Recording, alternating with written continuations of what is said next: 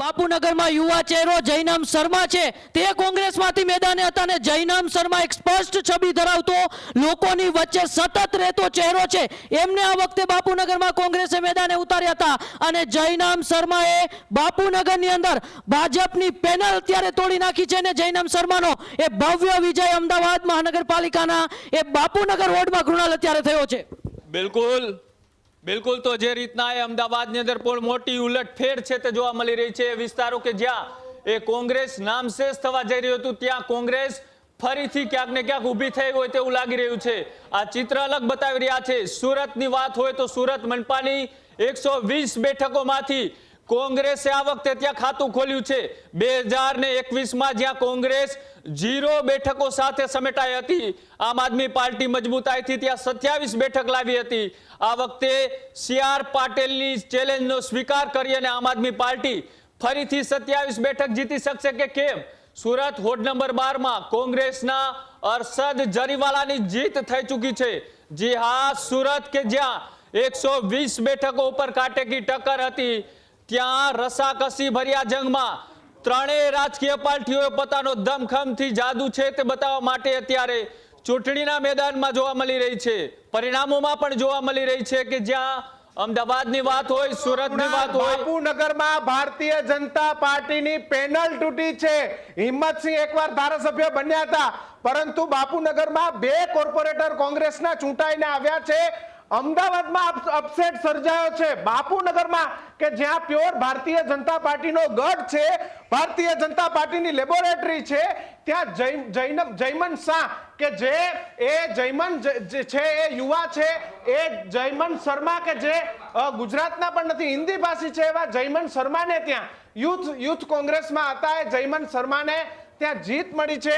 મિત્રો, આવા રસપ્રદ સમાચારો જલ્દીથી આપને બતાવીશું, પણ મિત્રો જલ્દીથી જલ્દી ન્યૂઝરૂમ ગુજરાતના અવાજને બુલંદ કરવા માટે, ન્યૂઝરૂમ ગુજરાતના ટીમને ભરોસો આપવા માટે જલ્દીથી જલ્દી ન્યૂઝરૂમ ગુજરાતને સબસ્ક્રાઇબ કરી લો। બીજી એક અપડેટ અમદાવાદથી આપી દઉં। અમદાવાદના ચાંદખેડા વોર્ડમાં કડક ફાઇટ ચાલી રહી છે। અમદાવાદના ચાંદખેડા વોર્ડમાં કડક ફાઇટ ચાલી રહી છે। તો મિત્રો, ચાંદખેડા વોર્ડમાં પણ મોટા ઉલટફેર સર્જાય તેવી શક્યતાઓ છે, પણ ન્યૂઝરૂમ ગુજરાતના અવાજને બુલંદ કરવા માટે, ન્યૂઝરૂમ ગુજરાતની ટીમને સપોર્ટ કરવા માટે, એક આઝાદ પત્રકારિતા, એક સ્વતંત્ર પત્રકારિતાના અવાજને બુલંદ બનાવવા માટે આજે જ અમારી ન્યૂઝરૂમ ગુજરાતની ટીમને સપોર્ટ કરતા જાઓ। જ્યાં બાપુનગરના કોંગ્રેસના જયમન શાહની જીત થઈ ચૂકી છે, સાથે જ બીજી બે પેનલની અંદર પણ મોટું ગાબડું પાડ્યું છે। જે રીતના એ અમદાવાદની અંદર મોટા ઉલટફેર મુફદ્દલ બિલકુલ, અને કલોલથી એક મોટા સમાચાર આવી રહ્યા છે। કલોલ તાલુકા પંચાયતમાં એક પછી એક 4 બેઠક કોંગ્રેસ જીતી ગઈ છે। કલોલ તાલુકા પંચાયતની 5 બેઠક કોંગ્રેસ જીતી ગઈ છે। પલિયડ બેઠક પણ કોંગ્રેસ જીતી ગઈ છે। આ મોટા સમાચાર છે। કલોલ તાલુકામાં ભાજપને ઝટકો લાગ્યો છે અને તાલુકા પંચાયતની 4 બેઠકો કોંગ્રેસે જીતી લીધી છે। એટલે કે હવે જે ઈવીએમ ખુલી રહ્યા છે, ઉલટફેર પણ થઈ રહ્યા છે, અને જેમ મેં ગઈકાલે કહ્યું હતું, આ પરિણામ અપસેટનું પરિણામ હશે ઘણી બધી બેઠકો પર, ઘણા બધા વોર્ડ પર। કોંગ્રેસનો એવો કાર્યકર્તા માલધારી આગેવાન નાગજી દેસાઈ, વર્ષોથી કોંગ્રેસ માટે લડતો નાગજી દેસાઈ, અને એને ત્યાંની જનતાએ વધાવી લીધા છે। દ્વારકાની રાવલ નગરપાલિકા, જ્યાં સૌથી વધારે કોળી સમુદાય છે, ત્યાં સાની ડેમની સૌથી મોટો પ્રશ્ન છે કે સાની ડેમમાં પાણી આવે અને રાવલના લોકોને દર વખતે મોટું નુકસાન થાય, ત્યાંથી જડબાતોડ જવાબ એ ભારતીય જનતા પાર્ટીને રાવલથી મળ્યો છે। બિલકુલ કે જ્યાંથી આમ આદમી પાલ આંબલિયાત કે જેઓ લાંબા સમયથી એ સાની ડેમની ઊંચાઈ વધારવા માટે, ડેમની પાણી ગામના લોકો સુધી પહોંચાડવા માટે, એ વિસ્તારમાં ડેમ પોળો થાય અને નદીઓ નાળાઓ છે તેનું પાણી એ ગામના લોકો સુધી, સમસ્યા છે કે સાની ડેમ જે સૂર્યાવદરમાં આવેલો છે એનું પાણી, અને રાવલ એ 25,000 કરતા વધારે વસ્તી ધરાવતી નગરપાલિકાનું ગામ છે।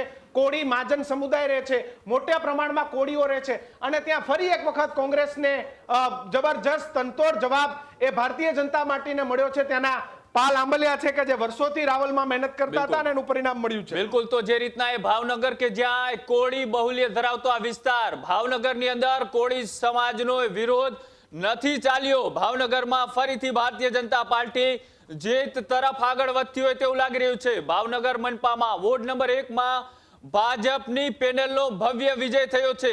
જી હા, જે રીતના ભાવનગરમાં ખૂબ ચર્ચાઓ હતી કે આ વખતે મોટા અપસેટ સર્જ્યા છે, ત્યાં ભાવનગરમાં વોર્ડ નંબર 7 માં પણ ભારતીય જનતા પાર્ટીની પેનલનો ભવ્ય વિજય થયો છે.